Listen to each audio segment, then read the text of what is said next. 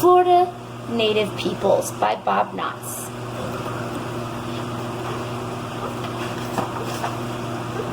Contents: Early Florida, Organization and History, Land and Resources, Beliefs and Customs, Important Native Americans, Florida Native Americans Today, Map of Florida, Timeline, Glossary, More Books to Read, Index about the author. Early Florida.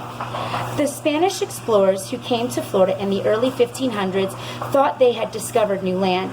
They came looking for new places to live and precious metals like gold and silver. What the explorers found were many groups of people. The first people of Florida had come to the area more than 11,000 years before the Spanish, around 10,000 BCE, before the Common Era. They walked to Florida from the north over many hundreds of years. Paleo-Indians carved arrowheads and spear points out of stone. These three stone points were found in DeSoto and Hardy counties, Florida. Paleo-Indians. We call the earliest Floridians Paleo-Indians. The word paleo means ancient or very old. In Greek, when Paleo-Indians came to Florida thousands of years ago, the land was drier than it is today.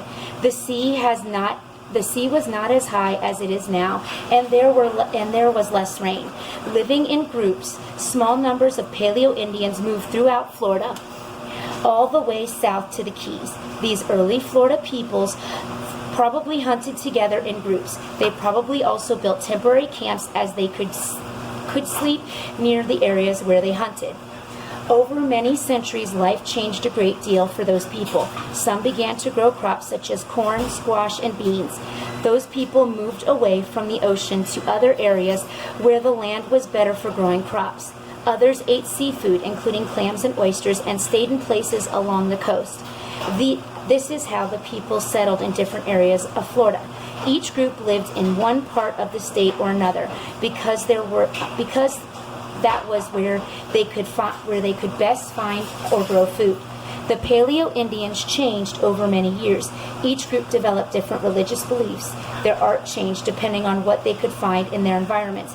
Each group eventually became its own tribe. Changing foods. Florida's earliest native peoples, the Paleo-Indians, ate some huge animals that lived thousands of years ago.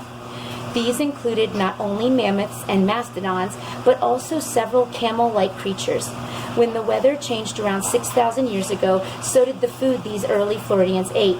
Most large animals died, but smaller animals such as deer, bears, rabbits, snakes, and birds replaced the larger ones. The native peoples then hunted these smaller animals. They also ate water plants and animals and nuts they gathered.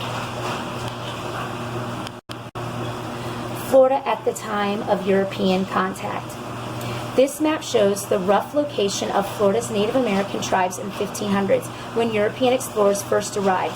It also shows the landing sites of some of those first explorers: Pensacola, Chalat, Appalachia, Osai, Ustada, Situai, Tamunka, Patano, Ocali, Acura, Tocobaga, Tampa Bay, Calusa, Jadega, Asi, Tequesta, St. Augustine.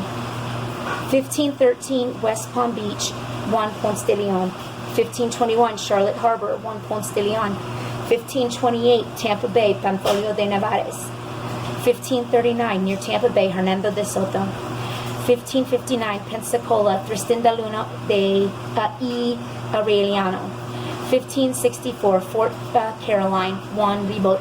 1565, St. Augustine, Pedro Menendez de Aviles. These tribes included the Asi, Yamasi, Osuchi, Bocali, Panzoli, Shatat, Tocobaga, Gale, and Junga.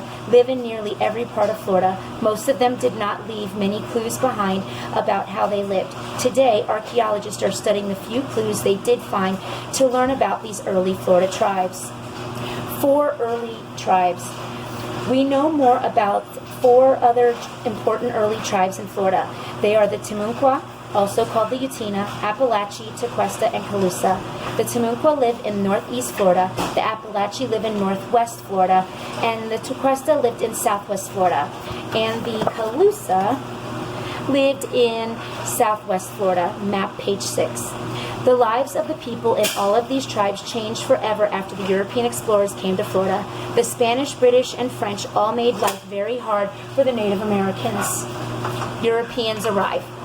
When the Spanish soldier Juan Ponce de Leon first landed in Florida shores in 1513, there were more than 100,000 Native Americans living here. Just 20 years later, there were only 11,000 Native Americans. Some died from fighting the explorers who tried to take their lands. Many more died from diseases they caught from the Europeans. By 1763, very few of the groups who had lived in Florida when the Europeans first arrived were still there. Many had been sold into slavery by British settlers. Ponce de Leon first landed in Florida on April 2nd, 1513.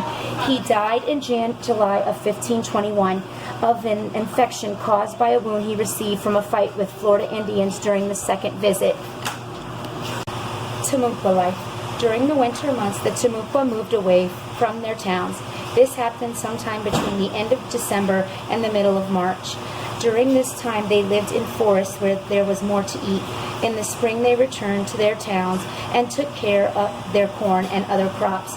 To grow these vegetables, the Timucua had to understand the earth and know about the weather so they could protect the crops from damage. Others went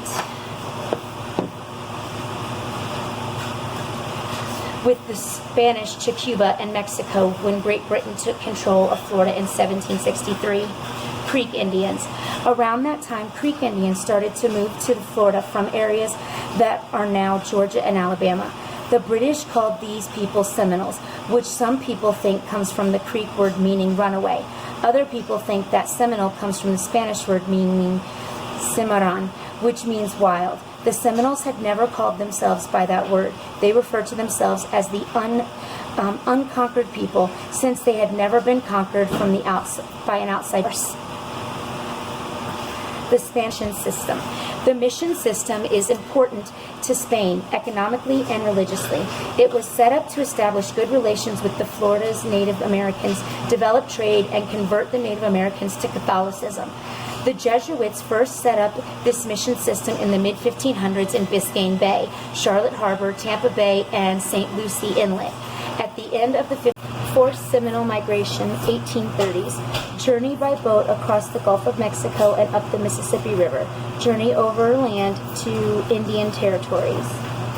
After the Indian Removal Act of 1830 was signed into law by President Andrew Jackson, most Seminoles were forced onto reservations in an area called Indian Territory in present-day Oklahoma.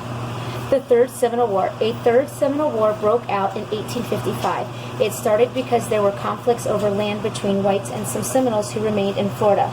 Soldiers searched for Seminoles, and rewards were offered for captured Indians. The Seminole population was reduced up to about 200 by the time the Third War ended in 1858. European settlers quickly replaced Florida Indians as the largest population of the state. However, for hundreds of years before, the Florida tribes thrived on the land. Many people from these tribes still keep their old traditions alive today. They also try to teach people about their rich history. The story of Florida Indians is really the story of Florida's earliest history.